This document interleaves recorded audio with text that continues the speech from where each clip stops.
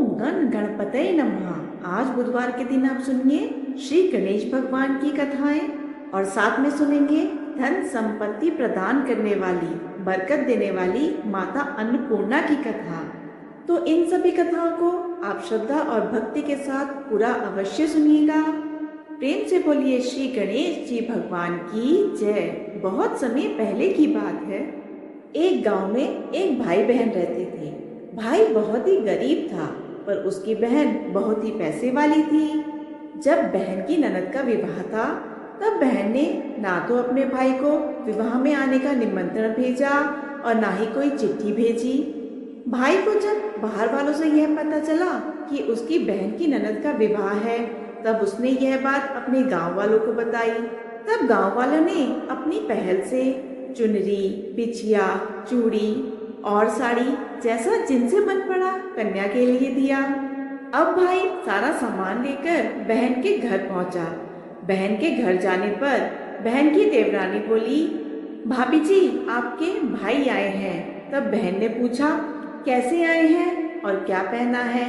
तब देवरानी बोली, पैदल आए हैं, फटी पगड़ी फटी धोती पहने हैं। तो बहन कहने लगी, मेरे ससुर हवेली के सामने दुकान में बैठे हैं, मुझे शर्म आती है।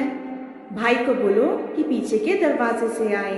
भाई के आते ही बहन ने भाई को एक कमरे में बंद कर बाहर से ताला लगा दिया। एक तरफ कन्या का विवाह हो रहा था, गाजे बाजे बज रहे थे, अतिथियों को भोजन कराया जा रहा था और वहाँ दूसरी तरफ कोई भी भाई को पानी तक पूछने वाला नहीं था। तभी भांजी की बहू को दया आई और उसने दरवाजा खोल दिया। दरवाजा खुलते ही भाई वहां से भागा। 2 दिन से भूखे प्यासे रहने के कारण भाई को चक्कर आने लगे। रास्ते में गणेश जी का मंदिर था, वहां जाकर वह गिर गया और रोते रोते गणेश भगवान जी को अपनी व्यथा सुनाई और बोला, हे गणेश जी महाराज, आज मेरी गरीबी के कारण मेरी सगी बहन ने मुझे धिक्कार दिया। घर जाने पर जब मेरी पत्नी, मेरे बच्चे मुझसे यह पूछेंगे कि विवाह से क्या मिठाई लेकर आए हो तो मैं क्या जवाब दूंगा? तब गणेश जी को उस पर दया आ गई। गणेश जी बोले, मेरे बगीचे से ककड़ी और तरबूज तोड़ कर ले जा। तब भाई ने ककड़ी और तरबूज से अपना झोला भर लिया और अपने घर की ओर चल दिया। घर पहुंचते ही बच्चों ने पूछा, पिताजी बुआ के यहाँ से हम लोगों के लिए क्या लाए हो? झोला खोलते ही छोटे तरबूज सोने की गेंद में बदल गए और बाकी तरबूज काटने से उसमें से हीरे मोती निकले। तब पत्नी बोली, आप बहन के घर से इतना सब कुछ क्यों लाए? आपकी बहन ने हमको बहुत ज्यादा दे दिया है। भाई ने कुछ भी जवाब नहीं दिया। गणेश भगवान जी की कृपा से उनके दिन बदल गए। भाई का धंधा जोरों शोरों से चलने लगा। धीरे धीरे कीमती कपड़े, जेवर, रहने के लिए मकान बन गए। तब एक बार पत्नी बोली, ननद जी को बुलाकर लाओ। तब भाई नए कपड़े, नए जूते पहनकर रथ लेकर बहन को लेने गया। देवरानी बोली, भाभी जी आपके भाई आए हैं। बहन ने पूछा, कैसे आए हैं और क्या पहना है? तो देवरानी बोली, रथ पे सवार होकर आए हैं, खूब ठाट बाट से आए हैं। तब बहन बोली, मेरे भाई को बोलो घर के सामने से आए, वहां बैठे मेरे ससुर, देवर, जेठ सब देखेंगे। तब बहन ने भाई का बहुत सत्कार किया। भाई बोला, बहन मैं तुझे लेने आया हूँ। तब बहन ने बोला, मुझे भी बहुत दिन हो गए हैं, चलो मैं चलती हूँ। तब भाई बहन को लेकर अपने घर आया। भाई और उसकी पत्नी ने बहन का खूब आदर सत्कार किया, जो चीजें मांगी सब बनवा कर दिया। तब बहन बोली, भाई मुझे जूती चाहिए। तब भाई ने मोची को बुलाकर कहा, मेरी बहन के लिए ऐसी जूती बनाओ जो मुंह से बोले। अब भाई ने बहन को बहुत सारा धन देकर विदा किया, पर अभी तक वह जूती बनकर नहीं आई थी। इधर बहन रवाना होने लगी। तभी मोची जूती लेकर आया। बहन की जूतियां पहनते ही जूती बोली, निर्धन भाई की पैसे वाली बहन, गणेश जी का बगीचा नहीं होता तो आज क्या करती? बहन तब भाई की पत्नी से पूछने लगी, यह आवाज कहाँ से आ रही है? तब भाई बोला, सुबह का समय है, कोई जीव जंतु बोल रहे होंगे। भाई ने घोड़े गाड़ी को जल्दी वहां से जाने को कहा। बहन के जाते ही पत्नी जिद करके बैठ गई कि आप मुझे बताएं कि जूतियां क्या बोल रही थी। तब भाई ने अपनी सारी आप बीती सुनाई कि कैसे बहन ने मुझे 2 दिन भूखा रखा, कमरे में बंद कर दिया था। भांजे की बहू ने दरवाजा खोला, तब मैं बाहर आया और गणेश जी की शरण में जा पहुंचा। गणेश जी की कृपा से हमारे दिन बदले हैं। उसने अपनी पत्नी को सारी बातें बताई। तब पत्नी बोली, अगर मुझे मालूम होता तो मैं आपकी बहन को कुछ भी नहीं देती। मेरा दिया हुआ सब वापस लेकर आओ। तब पति बोला, गणेश भगवान ने हमें सब कुछ दिया है। अगर वह मुझे भूखा प्यासा कमरे में बंद नहीं करती तो मैं गणेश भगवान जी के मंदिर में क्यों जाता? क्या मैं गणेश भगवान जी को अपना दुखड़ा सुनाता? तुम अपना मन मैला मत करो, और अपने पर तो गणेश जी की कृपा है, और हमें अब किस चीज़ की कमी है? तब दोनों गणेश जी के आगे झुककर उन्हें प्रणाम करते हैं और जयकारा लगाते हैं। हे गणेश जी महाराज, जैसी कृपा आपने गरीब भाई पर करी, वैसे ही अपने सभी भक्तों पर अपनी कृपा बनाए रखना। तो प्रेम से बोलिए, श्री गणेश जी महाराज की जय हो। आप सुनते हैं श्री गणेश भगवान जी की एक और पौराणिक कथा। एक बार गणेश भगवान जी गंगा नदी के किनारे तपस्या कर रहे थे। तभी वहां से देवी तुलसी गुजरी। उन्होंने देखा कि युवा गणेश जी तपस्या में लीन थे। वह रत्न जड़ित सिंहासन पर विराजमान थे। उनके समस्त अंगों पर सुगंधित चंदन लगा हुआ था। गले में पारिजात पुष्पों के साथ स्वर्ण मणि रत्नों के अनेक सुंदर हार थे, और उनकी कमर में अत्यंत कोमल रेशम का लाल पीतांबर लिपटा हुआ था। देवी तुलसी गणेश जी के सुंदर स्वरूप पर मोहित हो गई और उनके मन में भगवान गणेश जी से विवाह करने की इच्छा जागृत हो गई। अब माता तुलसी ने विवाह की इच्छा बताने के लिए भगवान गणेश जी का ध्यान भंग कर दिया। भगवान गणेश जी इस बात से न केवल नाराज हो गए, बल्कि माता तुलसी की मंशा जानकर स्वयं को ब्रह्मचारी बताकर उनके विवाह प्रस्ताव को भी अस्वीकार कर दिया। विवाह प्रस्ताव ठुकराने पर तुलसी जी नाराज हो गई और उन्होंने गणेश जी को श्राप दिया कि उनके एक नहीं बल्कि 2 विवाह होंगे। यही कारण है कि आज भगवान गणेश जी की 2 पत्नियां हैं, रिद्धि और सिद्धि। लेकिन तुलसी माता के श्राप देने पर गणेश जी गुस्सा हो गए और उन्होंने भी तुलसी माता को श्राप दे दिया कि तुम्हारा विवाह एक असुर से होगा। एक राक्षस की पत्नी होने का श्राप सुनकर माता तुलसी डर गई और उन्होंने तुरंत गणेश जी से माफी मांगी। तब गणेश जी ने तुलसी से कहा कि तुम्हारा विवाह शंखचूड़ राक्षस से होगा। शंखचूड़ दैत्यराज दंभ का पुत्र था। दंभ ने भगवान विष्णु की तपस्या करके तीनों लोकों के लिए अजय और महापराक्रमी पुत्र के रूप में शंखचूड़ को मांगा था। बाद में शंखचूड़ ने भगवान ब्रह्मा की आज्ञा का पालन करते हुए माता तुलसी से विवाह किया। गणेश भगवान जी ने माता तुलसी से यह भी कहा था कि तुम भगवान विष्णु को प्रिय होने के साथ ही कलयुग में मोक्ष देने वाली होगी। पौधे के रूप में पूजनीय होगी, लेकिन मेरी पूजा में तुम्हारा प्रयोग नहीं होगा। भगवान विष्णु को माता तुलसी अत्यंत प्रिय हैं, तो तुलसी के बिना उनकी पूजा अधूरी मानी जाती है। लेकिन मान्यता यह भी है कि तब से ही भगवान श्री गणेश जी की पूजा में तुलसी चढ़ाना वर्जित माना गया है। सभी भक्तजन मिलकर बोले, श्री गणेश भगवान की जय, माता तुलसी की जय। आइए अब सुनते हैं गणेश जी की पूजा पाठ में सुनी जाने वाली एक पौराणिक कथा। एक गांव में एक सेठ और सेठानी रहा करते थे। वह बहुत ही धार्मिक प्रवृत्ति के थे और वह गणेश जी के अनन्य भक्त थे। वह दोनों बिना चूके हर बुधवार को गणेश जी का व्रत रखते थे और शाम को ब्राह्मणों को भोजन कराने के बाद अपना व्रत खोला करते थे। सेठ जी का काफी बड़ा परिवार था। वह सब आपस में बहुत ही प्रेम और भाईचारे के साथ रहते थे, लेकिन सेठानी के कोई संतान नहीं थी। इस विषय पर परिवार और गांव के लोग आपस में बहुत बातें किया करते थे। सभी लोग सेठानी को बांझ बुलाया करते थे। यह सब बातें सुनकर सेठ और सेठानी बहुत दुखी हुआ करते थे। एक बुधवार की बात है, सेठ और सेठानी गणेश भगवान जी की पूजा संपन्न कराकर मंदिर से बाहर आ रहे थे। तभी मंदिर की सीढ़ियों पर एक छोटा सा बच्चा अकेले बैठा हुआ दिखा। बालक को देखते ही दोनों उसके पास गए और उससे पूछा कि तुम्हारे माता पिता कहाँ हैं? पर वह बच्चा अभी छोटा था, उसने बोलना नहीं सीखा था, वह ठीक से बोल भी नहीं पाया। पर वह दोनों सेठ और सेठानी शाम तक बच्चे के पास ही बैठे रहे। तब तक सेठ ने, पंडित जी ने, सेठ जी के नौकरों ने आसपास जाकर बच्चे के माता पिता को ढूंढने की बहुत कोशिश करी, लेकिन उन्हें बच्चे के माता पिता या किसी बच्चे की खोने की कोई खबर ही ना मिली।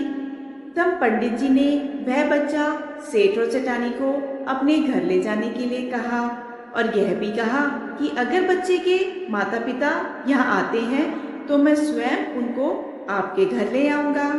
तब सेठानी की खुशी का कोई ठिकाना ना रहा। वह दोनों उस नन्हे बालक को खुशी खुशी अपने साथ अपने घर लेकर गए।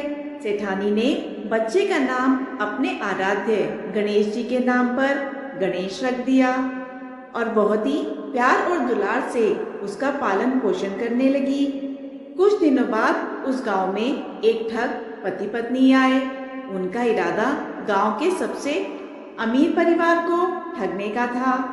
वह दोनों ठग गणेश मंदिर की सीढ़ियों पर बैठकर सोच विचार कर रहे थे कि तभी वहां पर पंडित जी आ गए और गांव में अनजान लोगों को देखते ही उनसे पूछा, क्या आपका बच्चा खो गया है? वह दोनों तो चोरी चकारी के लिए बहाना ही ढूंढ रहे थे, इसलिए उन दोनों ने तुरंत ही हाँ कह दिया। तब पंडित जी ने कहा कि चिंता की कोई बात नहीं है, आपका बच्चा एक सेठ जी के घर पर पल रहा है। तब पंडित जी उन दोनों ठगों को सेठ जी के घर पर ले गए। गणेश जी के माता पिता आ गए हैं, यह सुनकर सेठ सेठानी बहुत दुखी हुए। अब सेठ जी ने एक दिन के लिए उन दोनों पति पत्नी को अपने अतिथि गृह में ठहराया। अब वह दोनों ठग बस एक मौके की फिराक में ही थे। उसी रात वह दोनों ठग सभी के सो जाने के बाद एक एक कर सभी कमरों की तलाशी लेने लगे। फिर वह दोनों ठग तिजोरी वाले कमरे में पहुंच गए। छानबीन के वक्त होने वाली छोटी मोटी आवाजों से सेठ जी का एक नौकर जाग गया और आवाज की दिशा में तिजोरी वाले कमरे के नजदीक आ गया। उसने जब चुपके से वहां झांक कर देखा तो वह दोनों ही मेहमान घर का कीमती सामान चुरा रहे थे। नौकर ने यह देखते ही बाहर से चुपके से कमरे की कुंडी लगा दी और चोर चोर बोलकर घर में हल्ला मचा दिया।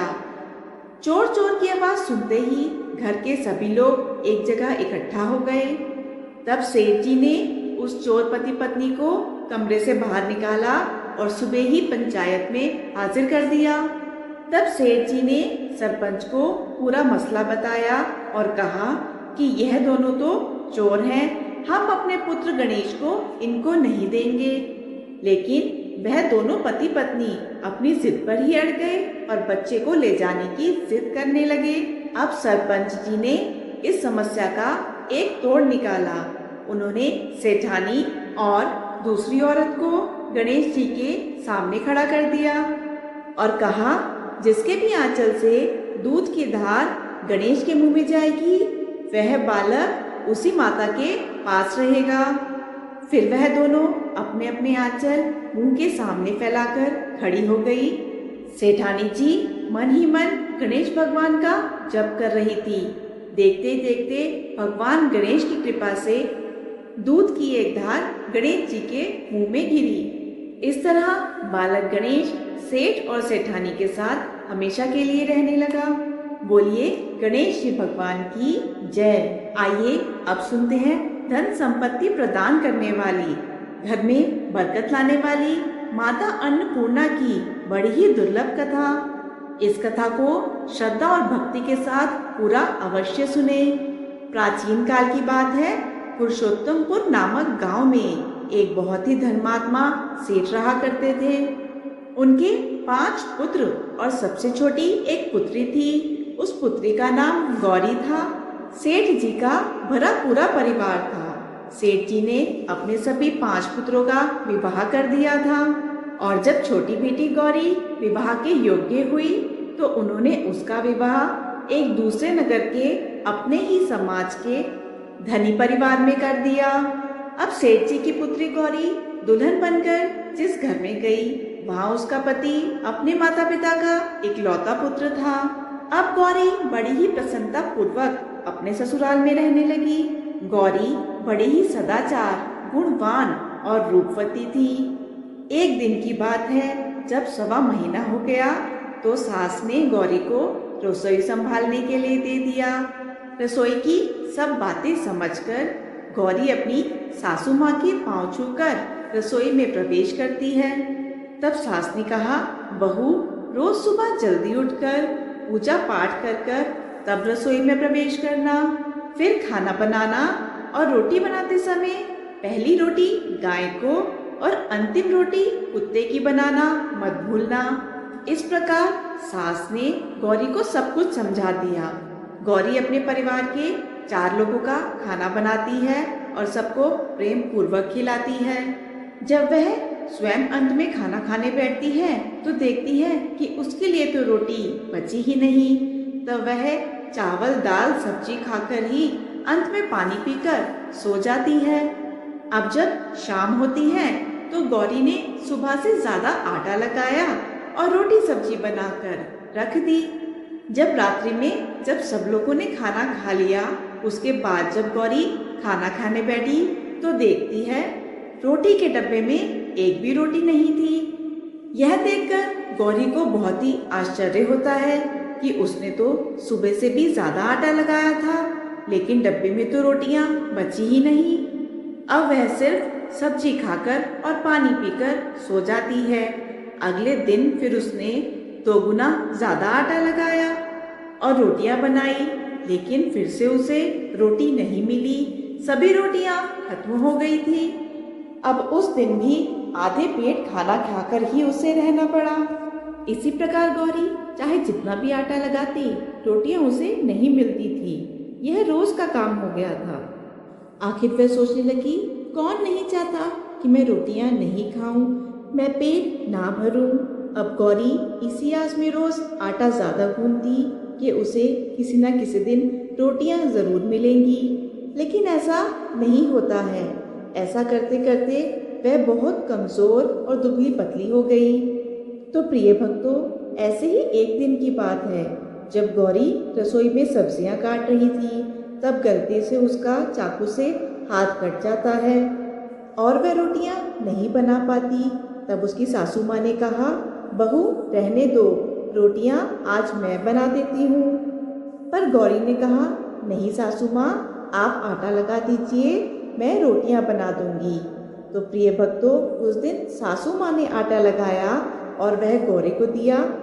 अब गौरी ने उस आटे की रोटियां बनाकर रख दी। रात के समय जब सब सदस्य खाना खा लेते हैं और खाना खाकर चले जाते हैं, तब बारी आती है गौरी की। वह बहुत ही दुखी मन से खाना खाने बैठती है और सोचती है, आज तो सासू माँ ने आटा गूंदा है और वह भी बहुत कम। आज तो मेरे लिए रोटियां बची ही नहीं होंगी। यह सोचकर गौरी मन ही मन बहुत दुखी होती है। पर जब वह रोटी के डब्बे को खोलती है तो उसने देखा कि उसमें 4-5 रोटियां पड़ी हैं। यह देखकर गौरी बहुत खुश होती है। अब क्या था, ऐसे ही अगले 7 दिनों तक बहू की सासू माँ आटा गूंथती रही और गौरी रोटियां बनाती रही। अब बहू को रोज रोटियां मिलने लगी। इन 7 दिन बहू ने भर पेट खाना खाया। पर जब 8वां दिन आया तो बहू का हाथ भी ठीक हो गया था। तब सासू माँ ने कहा, बेटा गौरी, क्या मैं आटा गूंथ दूं? कि तुम आटा गूंथ लोगी? तब गौरी ने कहा, नहीं माँ, मेरा हाथ अब ठीक हो गया है, मैं आटा गूंथ लूँगी। उस दिन गौरी ने आटा गूंथा और रोटियां बनाई, सबको प्रेम पूर्वक खाना खिलाया। और जब उसकी खाना खाने की बारी आई तो उसने देखा कि रोटी के डब्बे में तो रोटियां हैं ही नहीं। यह देखकर गौरी बहुत आश्चर्य में पड़ जाती है और सोचती है कि जब तक सासू माँ ने आटा लगाया तब तक तो मुझे रोटियां मिल रही थी, पर जब से मैं आटा गूंथने लगी मुझे तो रोटियां ही नहीं बनती, जबकि सासू माँ मुझसे बहुत ही कम आटा गूंथती थी। इसके बाद भी मुझे भरपेट रोटियां खाने को मिल रही थी।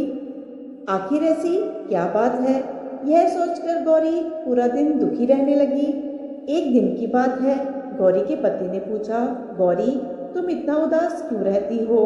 इतना सारा धन संपत्ति सब तुम्हारा ही तो है, तुम्हें कोई रोकने टोकने वाला भी नहीं है। तुम अपने मन से अपनी पसंद का भोजन बनाकर खाती हो, फिर भी दिन प्रतिदिन तुम इतनी कमजोर क्यों होती जा रही हो? गौरी ने लाज और संकोच से अपने पति को कुछ भी नहीं बताया।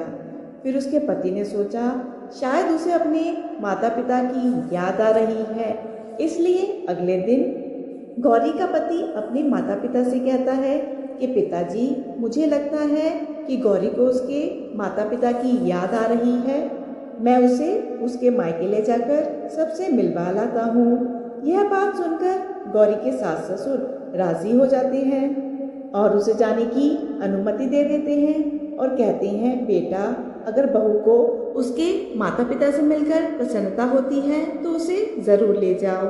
अब गौरी का पति उसे लेकर उसके मायके जाता है। दामाद और गौरी को देखकर उनका बहुत ही आव भगत होता है। तरह तरह के व्यंजन बनाए जाते हैं, उन्हें खिलाए जाते हैं, बहुत सेवा सत्कार होता है। उसी दिन रात्रि में समय मिलने पर गौरी की माँ ने उसे कोने में ले जाकर पूछा कि बेटी, तुम इतनी दुबली पतली कैसे हो गई? तुम तो बहुत ही कमजोर दिख रही हो, क्या बात है? तुम्हें कौन सी बात खाई जाती है? क्या तुम्हारे ससुराल वाले तुम्हारी चिंता नहीं करते, तुम्हें दुख देते हैं? या ऐसी कौन सी बात है जिससे तुम्हारी यह दशा हो गई है? अपनी माँ की बात सुनकर गौरी अपनी सारी परेशानी, सारी चिंताएं सब कुछ माँ को बता देती है। अपनी बेटी की बात सुनकर माँ ने कहा, बेटी हमें लगता है कि माता अन्नपूर्णा तुमसे नाराज हो गई हैं। इस विषय में तो मैं कुछ भी नहीं कर सकती, क्योंकि तुम्हारे ससुराल में हमारा बोलने का कोई अधिकार नहीं है। इसलिए मैं तो कहूँगी कि यहाँ से जाने के बाद तुम अपनी सास ससुर से बात करना, वही तुम्हें कुछ हल बताएंगे और तुम्हारी समस्या का समाधान होगा। बेटी, माँ अन्नपूर्णा जिससे नाराज होती है उसके साथ ऐसा ही होता है। अब अपनी माँ की बातें सुनकर गौरी यह निश्चय करती है कि वह सारी बातें अपनी सासू माँ से कहेगी। अब सुबह का समय होता है तो गौरी अपने माता पिता से विदाई लेकर अपने ससुराल आ जाती है और ससुराल आने के बाद गौरी सब बात अपने पति और सास ससुर से कह देती है। वो अपनी सास से कहती है, माँ जी, मैंने जब से रसोई संभाली है, मैं खाना बनाती हूँ, तब से मेरे लिए एक भी दिन रोटियां नहीं बचती। किसी दिन बिना खाए ही सो जाती हूँ, किसी दिन पानी पीकर ही सो जाती हूँ, किसी दिन चावल सब्जी खाकर सो जाती हूँ, रोटी तो मुझे मिलती ही नहीं है। और माँ जी, आपको याद है मेरा हाथ कटा था, उस समय आप आटा गूंदा करती थी और वह भी बहुत कम, फिर भी मेरे लिए तब रोटियां बच जाया करती थी। उस समय मैं भरपेट खाना खाती थी, पर अब जब मेरे हाथ का घाव ठीक हो गया तब से मैं आटा गूंदने लगी और रोटियां बनाने लगी। अब मेरे लिए रोटियां नहीं बचती और मैं आधे पेट ही खाना खाती हूँ। अपनी बहू की बात सुनकर सास को सब कुछ समझ आ गया। सास ने कहा कि बहू, ये शायद मेरी ही गलती है, मैंने तुम्हें सब कुछ सिखाया, सब कुछ बताया, लेकिन एक बहुत जरूरी बात तो मैं तुम्हें बताना भूल ही गई। ऐसा कहकर सास अपनी बहू का हाथ पकड़कर उसे रसोई में ले जाती है। एक परात में आटा निकालकर उसे अच्छे से गूंथती है। उसके बाद उस गूंधे हुए आटे पर अपनी उंगलियों के 5 छाप लगा देती है और कहती है, बहू, यह माँ अन्नपूर्णा का छाप होता है, उनका चिन्ह माना जाता है। आटा लगाने के बाद कोई भी स्त्री अगर इस तरह छाप लगाती है तो उसके घर में बरकत होती है। इसका अर्थ ये है कि माता अन्नपूर्णा की कृपा सभी परिवार वालों पर बरसे और कोई भी सदस्य भूखा ना सोए। बहू, मैं तुम्हें यह बताना भूल गई, तुम आटा लगाते वक्त उस पर अपनी 5 उंगलियों का छाप छोड़ देना और माँ अन्नपूर्णा अवश्य तुम पर कृपा करेंगी। तुम कभी भी खाली पेट भूखे नहीं सोओगी। यह बरकत का चिन्ह होता है।